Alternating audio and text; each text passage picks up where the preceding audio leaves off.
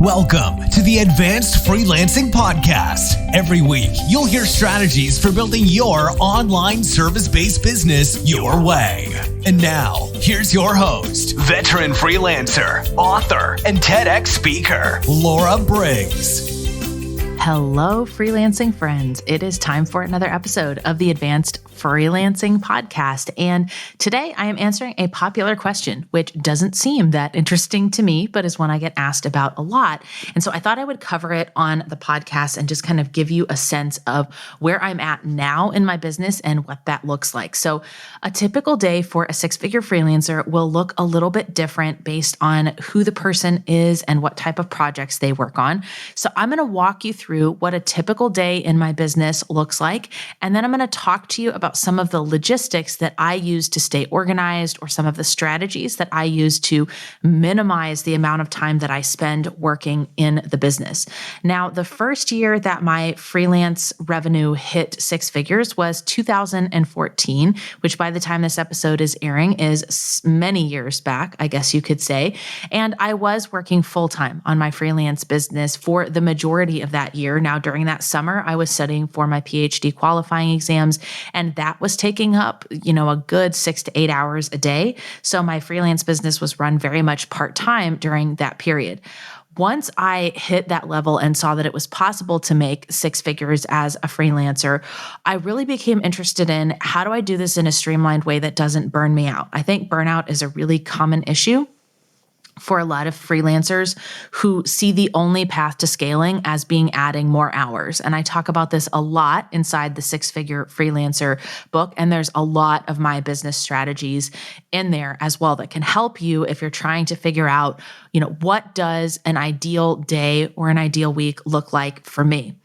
So I became very interested in this concept of how do I run my freelance business more efficiently? What does this mean about how I change what I do in my business and who I work with if I don't want this to be my full-time venture? Now, some people might say, well, why, if it's working, wouldn't you want to do 30 or 40 hours a week of freelance work? The reason is, for me, that felt like a sure path to burnout. And at one point, it really made me dislike the practice of writing.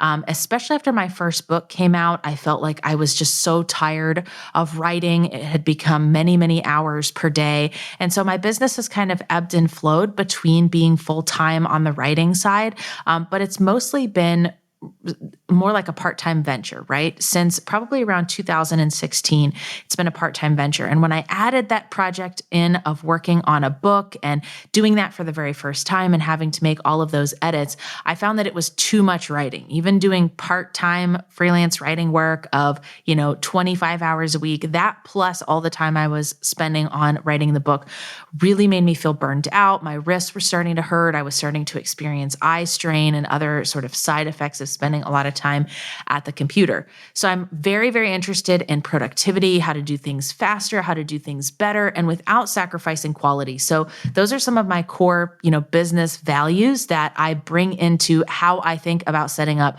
my ideal days. So just to give you an awareness, I'm only going to be talking about my freelance business, doing projects for freelance clients in this podcast episode. Obviously, doing a podcast like this is the other side of my business. I treat them as two distinct businesses. So I have freelance writing, project management, digital marketing strategy,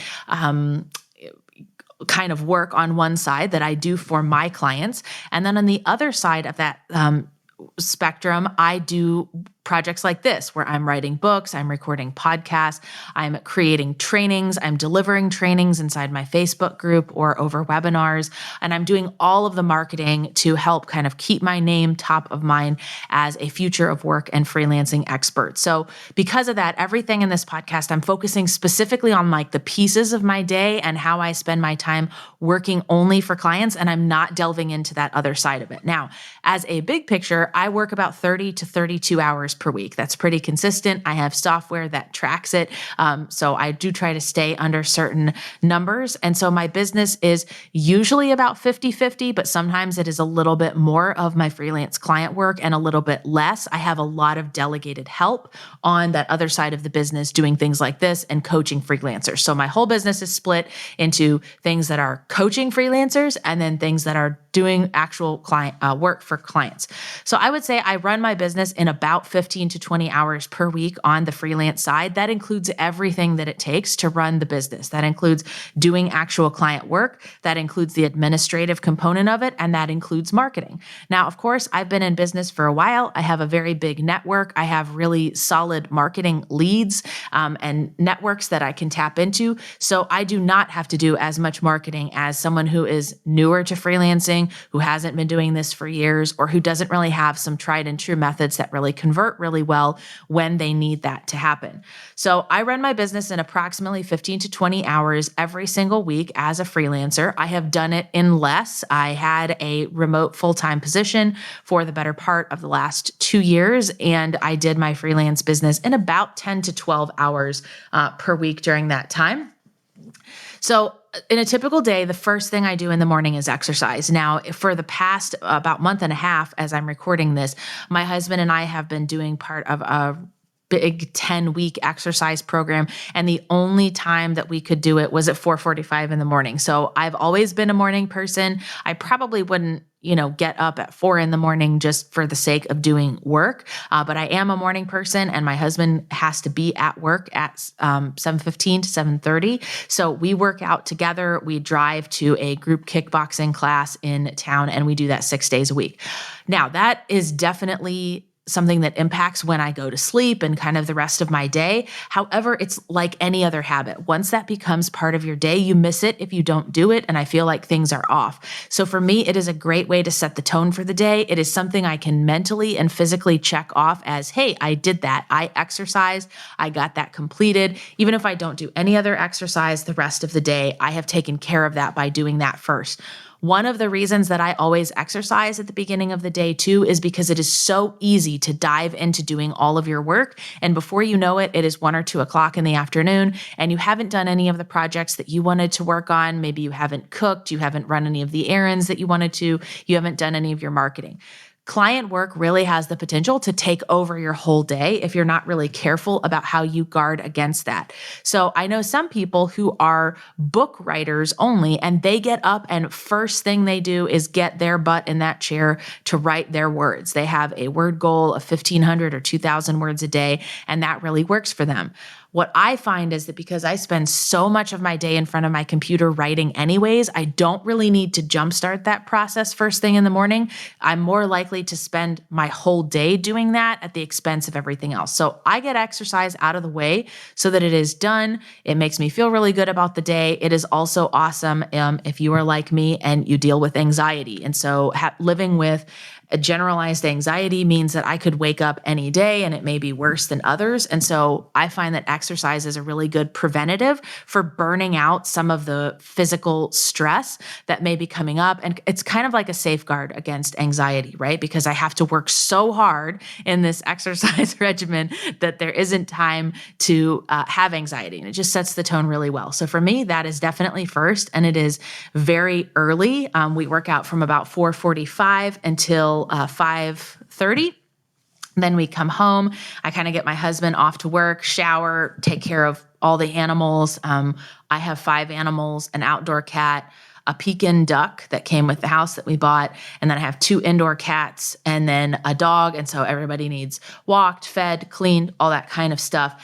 And then once I have done that, I will sort of dive into my work process for the day. Now, I break my work down into what I call batched tasks. So I see a lot of freelancers start their day and go, okay, I have something due for so-and-so at 5 o'clock. And then they spend the entire day doing that project beginning to end. Now, if you're a web developer or a web designer or something like that, where you really do need those super long focused work periods, that's great.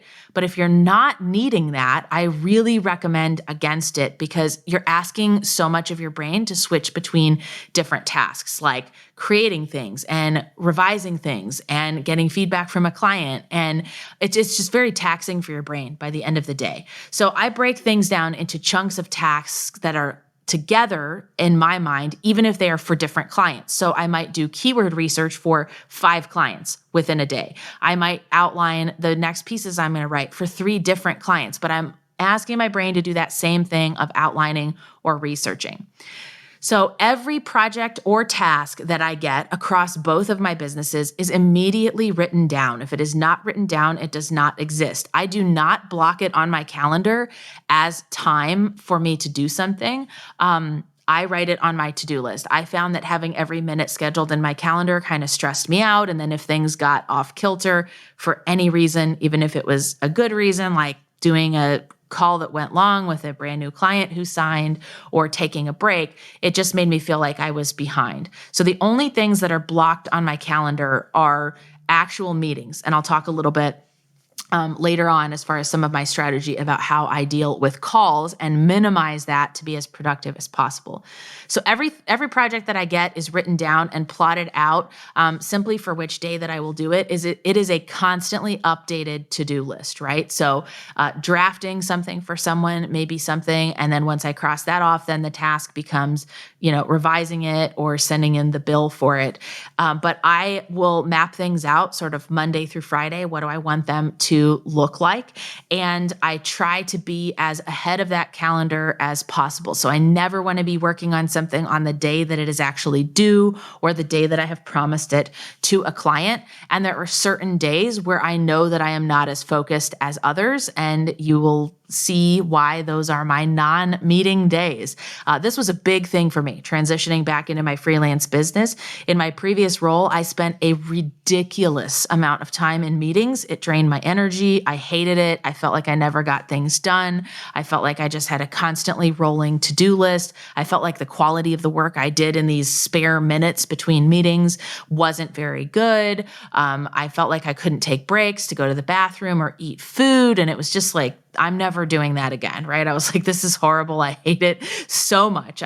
So for me coming back into my business, I decided that I would not be doing meetings on Wednesdays or Fridays. Now, I do make exceptions to that for my VIP clients, or if someone on my team needs time with me. For example, I'm recording this on a Thursday. A team member of mine needed some time to meet with me, and my Friday schedule is open because I have blocked it from other people booking it. So that's a meeting I'm fine with taking, especially if it's my only thing for the day. I cannot tell you what a game changer this has been to only take phone calls and allow meetings on certain days. My lovely assistant has gone through and kind of blocked my calendar on those days and updated Calendly, my booking tool, so other people cannot claim those times. And those are really focused work days for me. Usually I create a lot. They are my most productive days in the software I was telling you about, which is called Rescue Time, by the way. I use Rescue Time to track what I'm doing and how productive it is. It is amazing, so worth the annual membership. It has really been a game changer for me. So that is a big thing for me, taking those group or those meeting booking times sort of out of the equation entirely. So that's just some of the strategy behind why my calendar looks like the way it does, and for you to kind of understand how I get everything done. Once I get started with the day, the very first thing that I look at is my calendar. I open Google Calendar. I always have the full week view up in front of me. I see what is coming, not just what is happening today, but I want to make sure I haven't forgotten anything that's later in the week. And over time, this is something that has also been delegated to my assistant to tell me on our Monday afternoon meetings and say, hey, by the way, you have 2 podcast recordings this week. Are you ready for those? Have you turned in everything? So I look at the day ahead, and then I also kind of look at that next day. That helps me if I need to make any adjustments in what I set my to-do list to look like on that previous Friday. For example, let's say that I have 2 presentations or 2 big meetings on a Tuesday morning. I may need to adjust some of the deadlines that I have internally set for myself because I know that I won't have as much writing time. I won't be as focused. And sometimes those presentations just take a lot out of me and I don't have the same energy. Once I've checked my calendar, I look at my to-do list, right? Have I set up a reasonable amount of things to get done? Is there anything that needs to be reprioritized, right? And you can do this in a to-do list app. You can do this on pen and paper. You can do this inside a Google Doc. You can do this inside project management software, right? The important thing is to find a system that's going to work for you to be able to consistently do it. So I look at my to-do list and say, all right, do I need to reorganize anything? Do I need to reprioritize maybe what I said I was going to do first? Usually one of the first things I will do as a sort of warm up for my brain to get into work mode is a low maintenance marketing activity. If you have not read all of my kind of theories on low maintenance marketing, please check out the 6-Figure Freelancer book. I talk about what that is. This is usually something that doesn't take a lot of skill or time, but is kind of like that exercise. I want to make sure that I get it off of my schedule and get it set up. So for me, that is almost always posting on LinkedIn or scanning job boards or groups if I am actively marketing for clients. If I'm fully booked, I will only post on LinkedIn or I will only do some type of engagement activity there because I'm not necessarily being proactive in trying to land clients at that moment in time. So I will do my low maintenance marketing activity. I may post something about copywriting or legal marketing or digital marketing strategy on LinkedIn with my hashtags. And that is sort of my, when you were in school, and I used to be a teacher, so we used to do this all the time, we called them do nows. And it was as soon as the student came in the room and sat down, it was a 5-minute exercise. It's a brainstorm activity. It's to kind of get your brain going. I like doing my low maintenance marketing activities because they're designed to be short, so I can keep myself from getting into that bad habit of, oh, oops, I've been on Upwork for 3 hours that I know a lot of freelancers get stuck with. But it also sort of gets my brain primed for what we are going to do next, which is some more of the heavy lifting. After that, I usually do 3 to 5 hours of actual client work. I mean, I mentioned I'm a morning person. This is typically between the hours of 8 and noon that this is going to occur for me. I use focus periods. I'm a big fan of Pomodoros, which are 25 to 50 minute sort of focused work periods.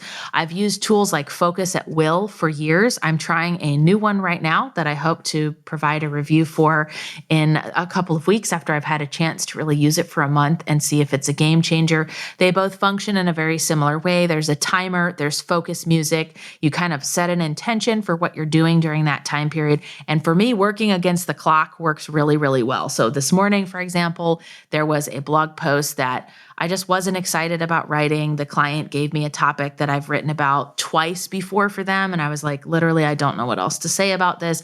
And so that works really well if I just need to get something done, or if I just need to input the data to send to my CPA for my taxes or something I really don't want to do. So I make sure I'm on target focus for that time. I set timers. I kind of set goals of this is how long I think I want this to take me. If I'm doing a 50-minute work period and the thing I'm working on is not going to take that full 50 minutes, I will also set sort of a secondary goal as well. I put my phone on Do Not Disturb during that time so that I'm not getting interrupted. Usually early afternoons are my time period for when I am working on my other business. So I will sort of skip that whole process because that is usually a couple of hours, anything from like writing emails to creating slide presentation outlines to writing a guest post to checking in on my Trello board with my assistant to help me with, booking travel or preparing for the launch of something or recording podcasts like this one, right? So when I move out of client work and I am done with my other business, that is really when I answer my email inbox. I deal with any new assignments that have come through. If something I turned in today or previously has revision requests or has some extra help that is needed with it, or I've gotten a new assignment from that client or another client, or someone new has referred me or asked if I have availability or asked to schedule a call, I will deal with all of those things together, right? I'm at my most exhausted in the afternoon, so I do the tasks that require the least work. This is where I have all those links to things like my calendar booking software, and it's not really requiring heavy brain power, right? Because I have been up since 4 a.m, and so I'm trying to balance that with my natural energy as well. So if there's anything that I didn't finish at that point, I will move it to tomorrow, or I will communicate with the client. I mean, I back up my deadline so much that it's never coming up against the client's deadline. It's more of an internal thing for me. So a lot of the times the things that get pushed to tomorrow are things to do with my other business, because I sort of will honor my freelance client deadlines first. Then I will close my computer and I will put my email inbox on pause. This is one of my favorite things to do to disconnect from work.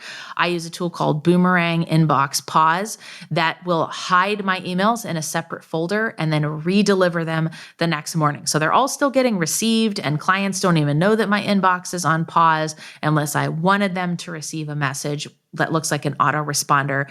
But it really helps me sort of disconnect and not feel stressed out if I have clients on the other side of the world or clients who are working nights, leaving comments on things. I really try to disconnect at the end of that day.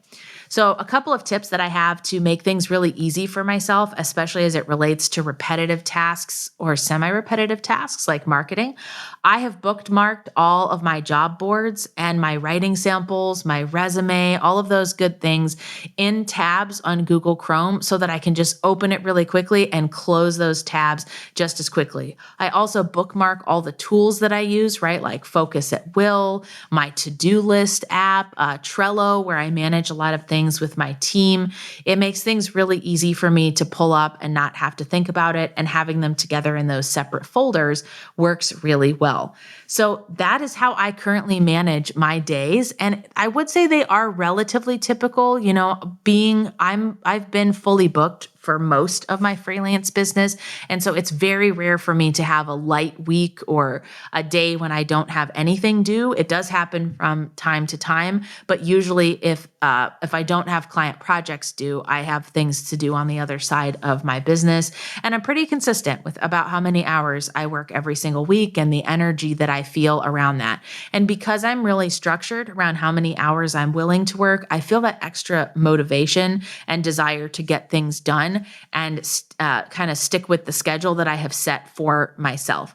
Of course, if I have travel coming up, there may be additional things like letting clients know I'll be out of office, working ahead. Right now, I have to put a little bit more work on the other side of my business. I'm on a book deadline. I'm also doing several speaking engagements in the fall. So I need to be prepared for those. I need to have the logistics locked down.